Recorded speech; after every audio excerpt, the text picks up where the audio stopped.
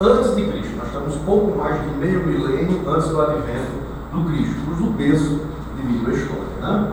Então, a grande contribuição desse Espírito, aproveitando esse solo arado, semeado, ou seja, fazendo frutificar, levado a cabo, né, preparado pelos capelinos, né, ou impulsionado pelos capelinos, ele é o primeiro ao olhar para a natureza e, em vez de temer os fenômenos naturais ou buscar explicações, digamos assim, místicas, ele vai dizer que a natureza obedece a leis regulares.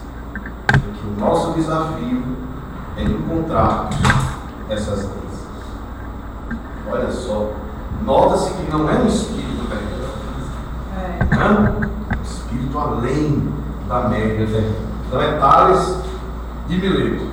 Tá? Mileto vendia lã, tecidos, tá? Até artigos ligados ao sexo, esse cara vendia e exportava. Tá? E ele podia ter vivido disso daí, desse comércio, todo o dinheiro que tinha, não, ele preferiu viajar buscando conhecimento. Quem são esses? É mais difícil. Leucipo e Demócrito, seu famoso discípulo. Tá? Ambos da cidade de Abdera. Leucipo de Abdera, Demócrito de Abdera. Praticamente tudo que nós conhecemos de Leucipo provém de Demócrito. Tá? Leucipo tem escrito um único livro, grande cosmologia. Demócrito escreveu um, isso é certeza, é o único texto que nós conhecemos, pequena cosmologia, aonde ele apresenta as ideias dele, oriundas de Leucipo, sobre a atomística. É a primeira explicação a partir de Tales. Tales propõe que a natureza pode ser explicada por leis muito bem definidas, ela obedece a regras muito bem delineadas, e eles são dos primeiros a dizer que existem elementos menores a comporem a matéria. É a ideia do átomo. Vamos lá. Quem mais? Quem é esse daí? Esse encontrou-se com Tales. E em Mileto. Esse é de Alexandria. Vocês conhecem por causa de um teorema. Falou em teorema, o primeiro que vem, não? É ele. O perturbador de estudante. O perturbador de estudante.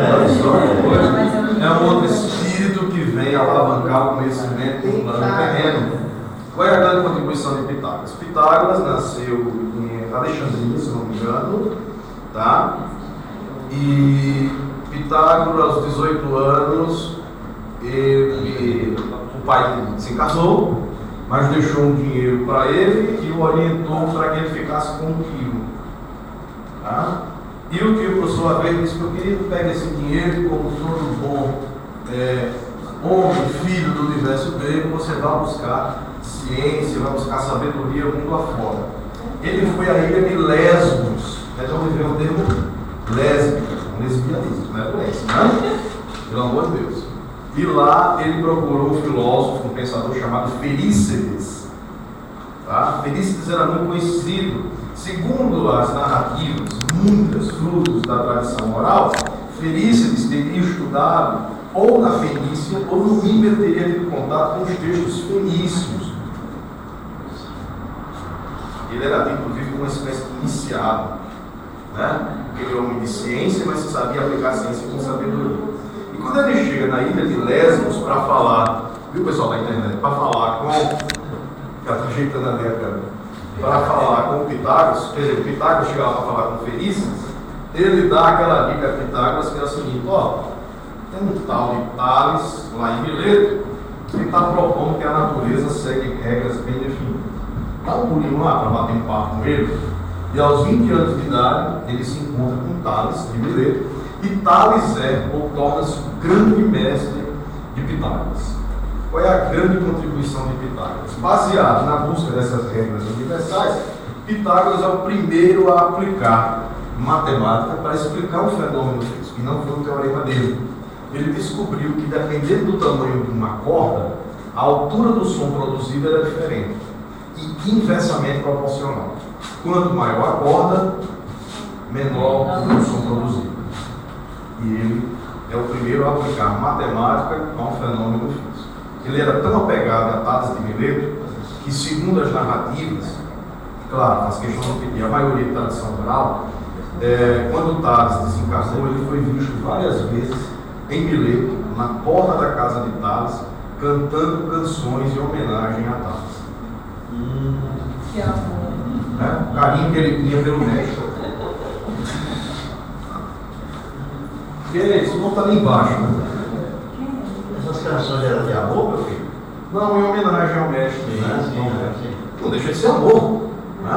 Não deixa de ser amor. Lá em Egito era muito correto, não. Dá pra ver, não? Olha lá, um compasso na mão, o pai da geometria medida da Terra, tá? Euclides, exatamente. Né? Porque a geometria começa na delimitação das propriedades à margem, ou às margens do rio Nilo. Por isso que esse geometria é terra-sol. Eu brinquei com o terracentrismo, que é o terra-planeta com T maiúsculo. Tá? Apesar do correto científico ser geocentrismo. Há quem defenda ainda hoje o geocentrismo. Tá? Vai entender, né? Pessoas que daí como grandes filósofos da atualidade defendendo o geocentrismo. Mas vai entender. Euclides, por sua vez, é um outro desses grandes espíritos que vão aproveitar esse terreno preparado pelos capelinos para acelerar o progresso do plano terreno. Ele, a grande contribuição, é no campo da abstração. Claro, da geometria, ele é o pai da geometria. Né? O seu livro famosíssimo, Os Elementos. Ele é quem vai criar nos elementos a estrutura básica para explicar a geometria, que leva o nome dele, inclusive geometria euclidiana. Hoje há outras geometrias, mas a dele é tão importante que as outras são conhecidas como geometrias não euclidianas. A dele é muito importante. E quando não é dele, é não dele. Não é verdade? Então, bem definido. A geometria euclidiana começa com teses que são teses que você não consegue provar. Elas são porque são os axiomas ou postulados. E a partir daí, dessa abstração, ele constrói todo o edifício da geometria, que é o nome dele, geometria euclidiana, desenvolvendo os teoremas. Claro, os teoremas, ele usa os axiomas e os postulados. Os teoremas, sim, precisam de comprovação. Ele usa os axiomas e postulados para comprovar. E há teoremas mais na frente que usam teoremas que precederam. Né? Mas só coisa tão simples. Mas que ninguém pensou. Por isso que era diferente. Ninguém pensou nisso. Você tem um lacinho, né? Ninguém pensou no que o Tales pensou. De olhar para a natureza, tem. De olhar para a natureza. Só um pontozinho ali. De olhar para a natureza e perceber que ela pode ser explicada através de regras bem definidas. Eu só trouxe os lados. Trouxe. Só um pontozinho ali, daquela página ali. Depois você apaga um ponto. Ali. Assim bem claro, né? Vamos colocar em roxo, que acho que não destaque. Só um ponto. O que é que o gênio faz? O que é que o gênio faz? Não, ele vai ser aqui, filho aqui. Não. Depois você apaga. Não. Um ponto. Aqui dá para ver, só um pouquinho, Só um ponto. Pronto. Por um ponto passa quantas retas? Infinitas. Ele fez isso, não foi eu. Ele observou isso aí. Bora para reta. E outras coisas. Por um ponto passa 30 retas. Olha aí, o filme. A biblioteca, né? Quem é essa daí? A biblioteca de Alexandria. Rachel Weisz, personificando quem? Hipácia. Ou Hipácia. Tá? Esses filmes assim, Alexandria. Também não tá muito. É mesmo, ela tá lá com o velho Fraser, né? Na múmia. Há um livro de Hermínio Corrêa de Miranda. Há um livro de Hermínio Corrêa de Miranda para os guerreiros da intolerância. É sobre ela. Olha aí. Sério? Estou lendo, comecei. Na verdade, ela tem mais 3. Não, tem mais 2. É um trio. Aí eu esqueci quem são os dois. Ela é a reencarnação de Anibês da teosofia da Inglaterra. Anibês era tão inteligente, ela foi a primeira a observar, digamos assim, os céus com um olhar científico. É uma, podemos dizer, não pai, mas as mães, se não a mãe da astronomia. Tá? E por defender uma leitura científica da natureza, principalmente aquela mais distante de nós, que são os céus, os corpos celestes, literalmente pagou com a própria vida. Só um detalhe interessante. Observe o seguinte, que hoje em dia o Estado Islâmico mata as pessoas, porque nós somos. No islamismo há uma polícia muçulmana. É herdeira direta da polícia cristã, que existia até o século V. E quem mata e passa é a polícia cristã, comandada pelo bispo católico Alexandre e Alexandria. Ela foi vítima de crueldade cristã, porque era pagã. Ou seja, ninguém matou mais não do amor que o cristianismo. Ela foi retirada da carruagem. Eu sou espírita. Ela estava se deslocando, ela morava na biblioteca, cruzadas, né? foi despida e teve o corpo completamente cortado por pedaços de pedra, né? Pedras. O bispo foi na hora da seguido de um apedrejamento, né? Aí é a famosa escola de Atenas, nós temos ali quem? Platão e Aristóteles, né? Daqui a pouco nós vamos mostrar o grande inventor deles, né? Possivelmente o Capelino, na quem defende o Capelino, né? Por isso que queremos ver a fonte aí, para então encerrando. Tá? Você fala com o professor pessoal?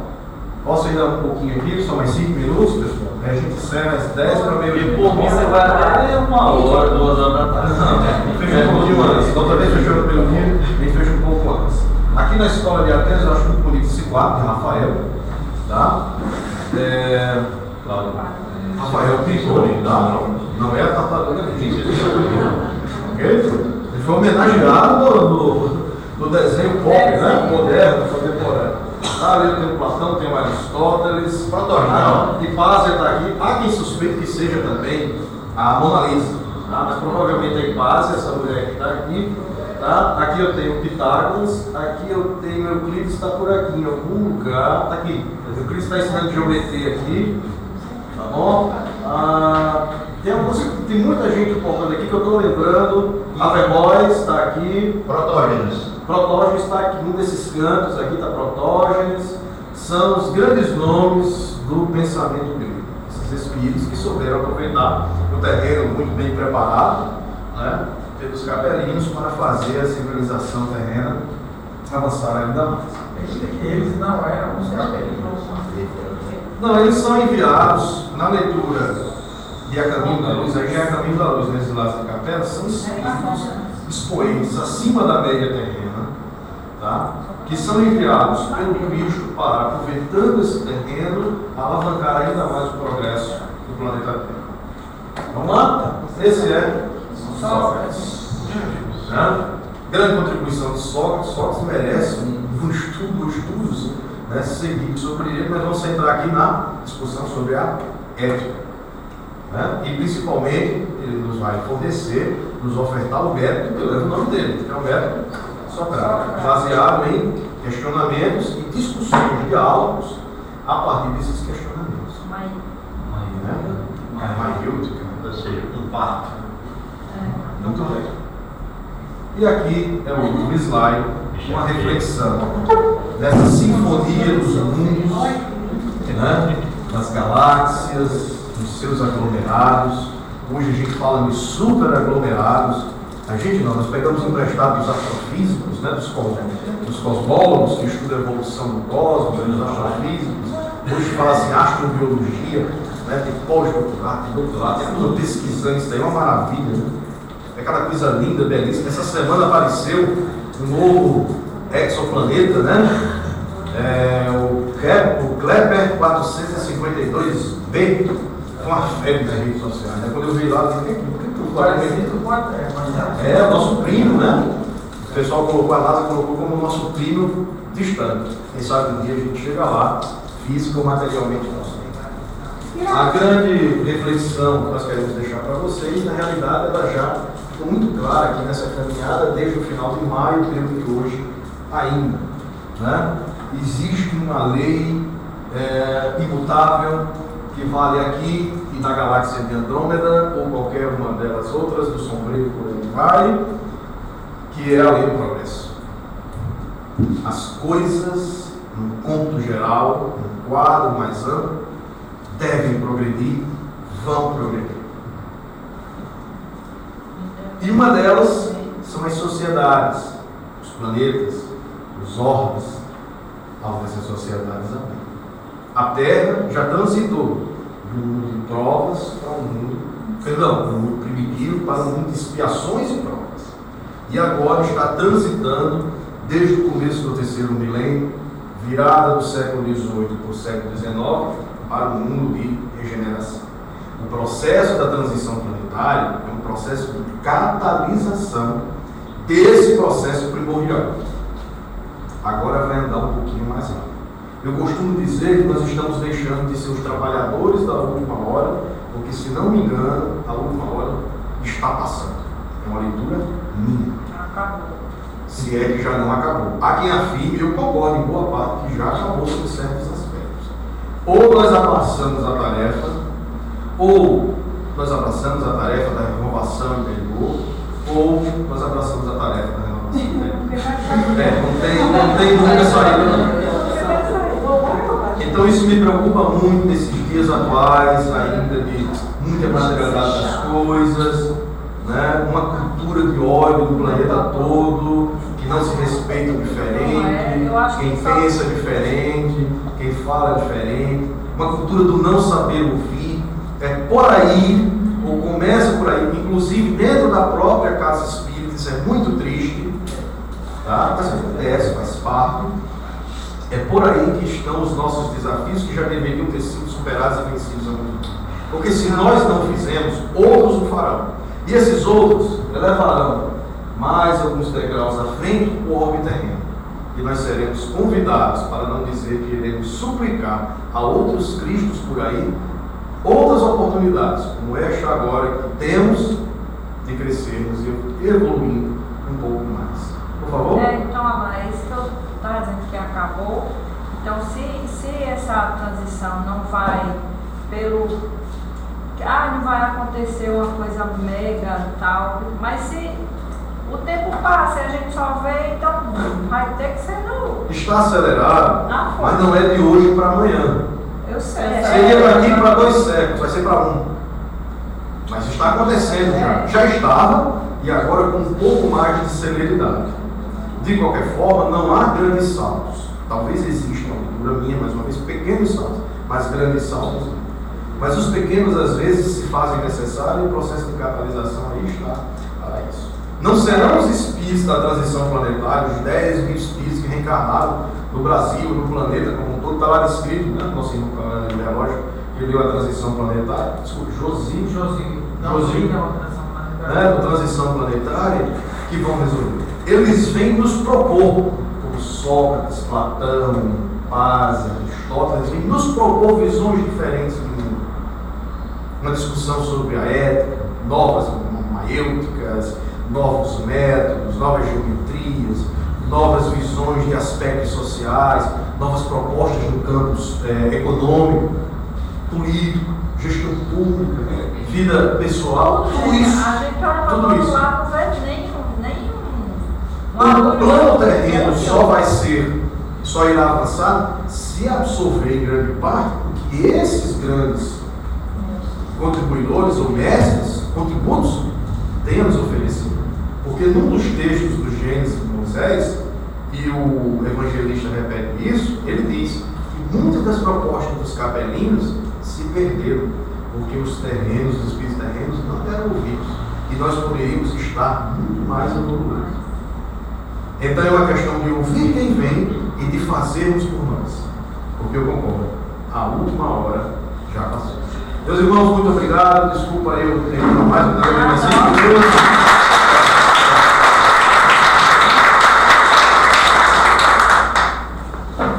Alan, meu xará. Vou aproveitar para agradecer em nome da SEJA, em nome de todos os estudantes do EJA, dos convidados que vieram para mais esse momento de encontro do nosso projeto Café com EJA. Agradecemos a presença de Alan, que veio nos esclarecer, aprofundar um assunto tão importante que nós passamos por ele no EJA, mas não temos a oportunidade de aprofundar tanto como nesse momento. E é essa a proposta. Agradecendo a Alan, eu quero aproveitar e fazer o convite aos estudantes, aos que vieram acompanhando, convidados dos estudantes, para o nosso próximo encontro, que acontecerá dia 27 de setembro. Foi convidado Igor Mateus como palestrante, e o tema será, ele está constando no capítulo 11 da obra O Céu e o Inferno, da proibição de evocar os mortos. Também um tema muito importante, a gente conta com a presença de todos. A gente sabe que deixar o aconchego do lar, o compromisso social no domingo, já demonstra um interesse maior de cada um que está aqui presente de aprender mais. Então, muito obrigada ao palestrante mais uma vez, muito obrigada a todos que estão presentes aqui. E eu vou convidar a presidente da nossa casa, Francisca Alves, mas carinhosamente conhecida por Francis, para fazer a nossa prece final e encerrar esse momento.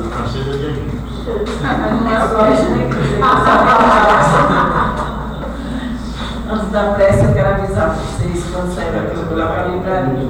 Se alguém tiver interesse de adquirir o livro, nós ainda temos os exilados da capela e temos outras obras aí, a gente fica até a hora que vocês quiserem para passar livros aí para quem tiver interesse, certo? Então vamos sintonizar cada vez mais com a espiritualidade, agradecendo ao Mestre Jesus por todas as oportunidades de crescimento que recebemos, em especial por esta manhã que passamos, renovando nossos conhecimentos, aprendendo muito mais, crescendo. Agradecemos por tudo, Senhor, e pedimos a Tua permissão para darmos por encerrado esse encontro, pedindo que a Tua paz toque cada vez mais os nossos corações, que possamos ser multiplicadores desta paz onde estivermos. Que assim seja. Obrigada a todos. Gostaria de dizer para vocês que no nosso site, o vídeo fica disponibilizado. Então vocês podem, quando quer assistir, rever, como também contar para outras pessoas.